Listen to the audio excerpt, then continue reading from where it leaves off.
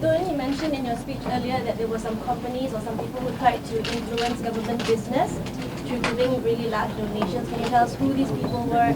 How big were these donations? Thank you. I'm sorry, I cannot name the company, but we were offered 100 million donation to the fund, and we feel that this company actually has some problems that they are trying to influence the government. So we rejected. A lot of people donated, but only small amounts are accepted. So was this only one donation or were there many like this? Only one incident. Just want to check with you. You also mentioned that they're going to punish many people from the previous government for corruption. Currently, there's only 4. There should be more. So, Well, there are lots of people involved, but we have to concentrate on a few first because we are short-handed. We cannot deal with so many people who were corrupt in those days. So for the moment, we go for the big boys. But eventually, of course, when we have gathered enough evidence that can stand up in a court of law, then we will take action against them. So you have put a lot of things in place in the 6 months that you've been around. Do you think that the results against corruption is immediate, or do you foresee like it to be more effective in the long run? One thing that you have to admit is that today there is no report even in the press about corruption, whereas during the previous regime, almost every day people report about corruption, talk about corruption, put in the blog about corruption. But now I don't see anybody accusing the present government of corruption. Mr. Prime Minister, you did mention that the whole government machinery is at all levels having weaknesses. How long does it take to clean up the government? It's been 6 months now. We are in the process of reshaping the government. Actually, practically creating a new government. And of course, we need officers with experience. Unfortunately, some of the officers with experience were found to be corrupt. And one of them has already been charged, as you know, for corruption. But there are many more. As soon as we get evidence, we'll take action against them. But in the meantime, we have work to do to govern the country. We cannot just focus on corruption. We have to ensure that the government works well, gives the people the right kind of guidance, and also formulate new laws, repeal some of the old laws which were oppressive. So there is a lot of work to do. A lot of people have a lot of problems, of course, and we try to solve some of these problems as much as we can. Would there be any addition in the educational policy to instill anti-corruption policies? Yes, we believe that if we can build into citizens of this country a strong feeling against corruption, there will be less corruption. But there are some people for the past government who actually encourages corruption, and to do away with that is not easy. For example, the people will be given free money. Fishermen, for example, were practically paid a salary. We can't afford to do that because we don't steal money to give to people. We earn money through the usual taxes that are collected by government, and we have to use the money wisely. We don't have money to give to people, so we have to cut down. Unfortunately, the previous government's policy has affected the people in the sense that they have become dependent on the government, dependent on free money being given.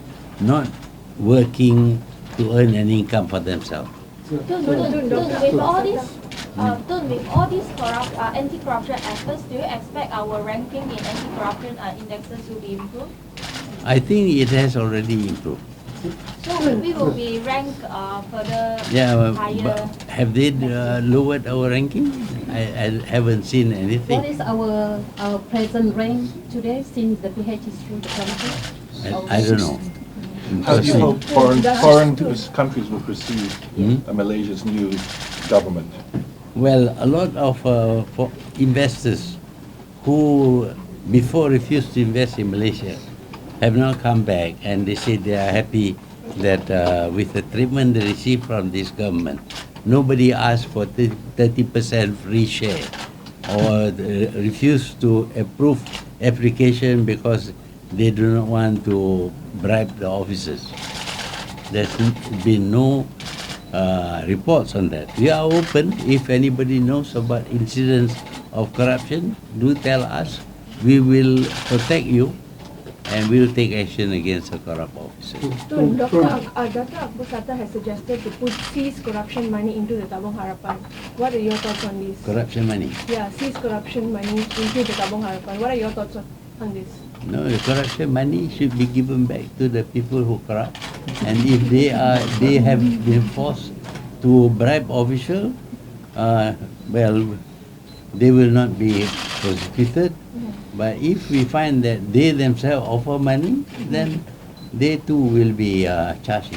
So there were allegations that you are trying to dictate terms to bring in UMNO members into Bersatu.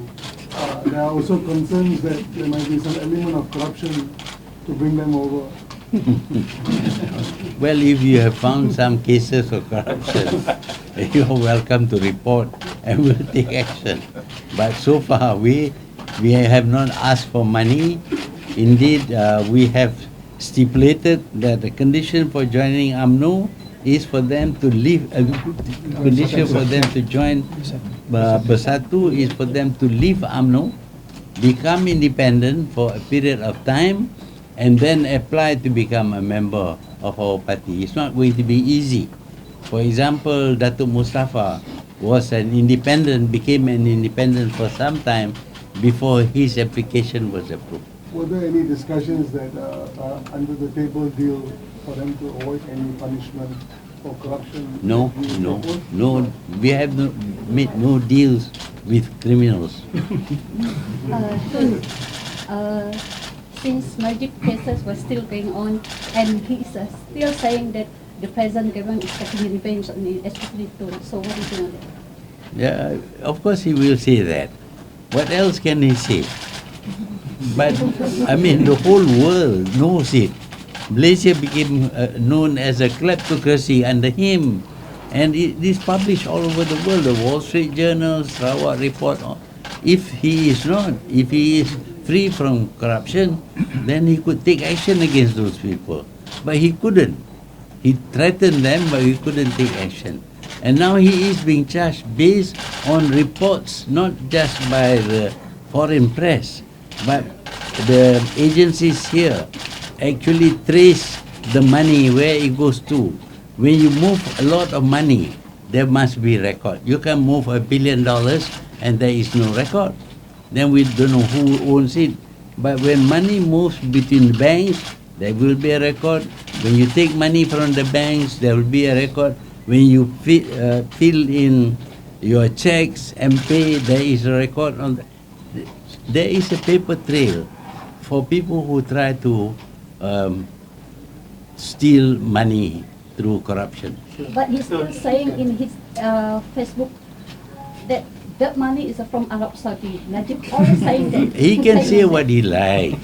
If you want to believe, you're welcome to believe. But what will happen is, there must be evidence enough for him to be charged. Otherwise, they wouldn't charge him. And the thing is, whether a court of law would say that, oh, this money is from outside, from Arab Saudi. And when the people ask, how can you say that? Oh, they have evidence. What evidence? The Arabs have now come out and said they didn't give any money. So you mentioned that the government machinery had become so corrupt under the past administration, and now you're having to effectively build an entire new machinery. And this whole process is slowing down the government in terms of actually administrating. I mean, would you consider an amnesty policy at a particular line to say that we still need civil servants? If not, they're going to get rid of how many civil servants before we have a clean government? Well, we did retain some of the civil servants for a time because we have work to do and they have to carry out the work, the instructions given to them. But as soon as possible, we remove them.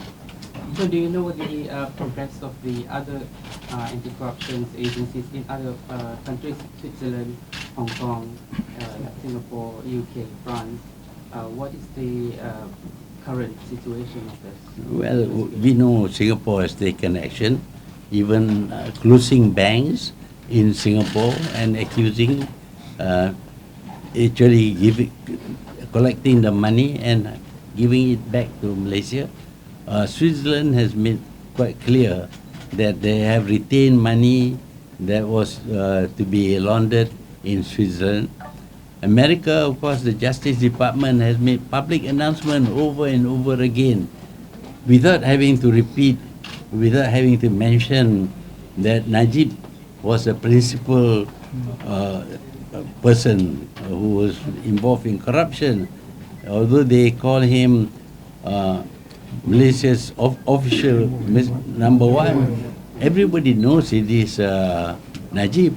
And if you read the book, billion-dollar whale, it states there quite plainly that Najib, I mean, if he's wrong, why don't he take action against them?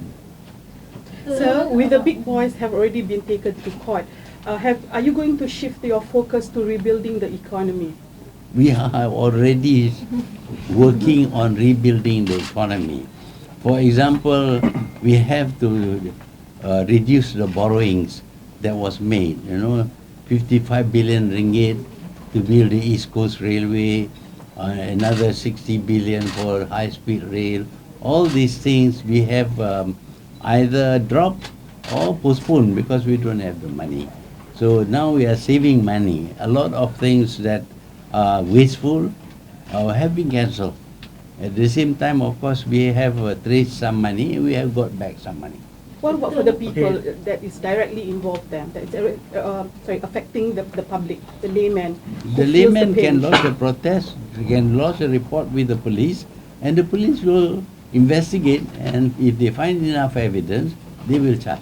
You mentioned that the previous government have educated the people into getting freebies. Is this something that you are also looking at to change the mentality of freebies? Well, we are trying to change the mentality of this free, government-dependent attitude. But of course, it's not easy. They have been receiving money, and now we have to stop it. And we stop it, suddenly they get into trouble. So we have to slowly eliminate this form of bribing the people. So Okay, last question and last yeah, question. the Last question. Yeah, okay. The Malaysia-Singapore Leaders Retreat has been postponed. Is this something that we should be concerned about? The Singapore-Malaysia Leaders Retreat, we've heard that it's been postponed. Does this signify some sort of problem? No, I don't think so. This is the first time I hear about it. There's a report today in the New Straits Times about this. I didn't read the news. Okay, thank you. What kind of taxes are you going to introduce? Huh? About the budget? Well, you will hear about it on when the parliament. Okay, thank you. Thank you very much.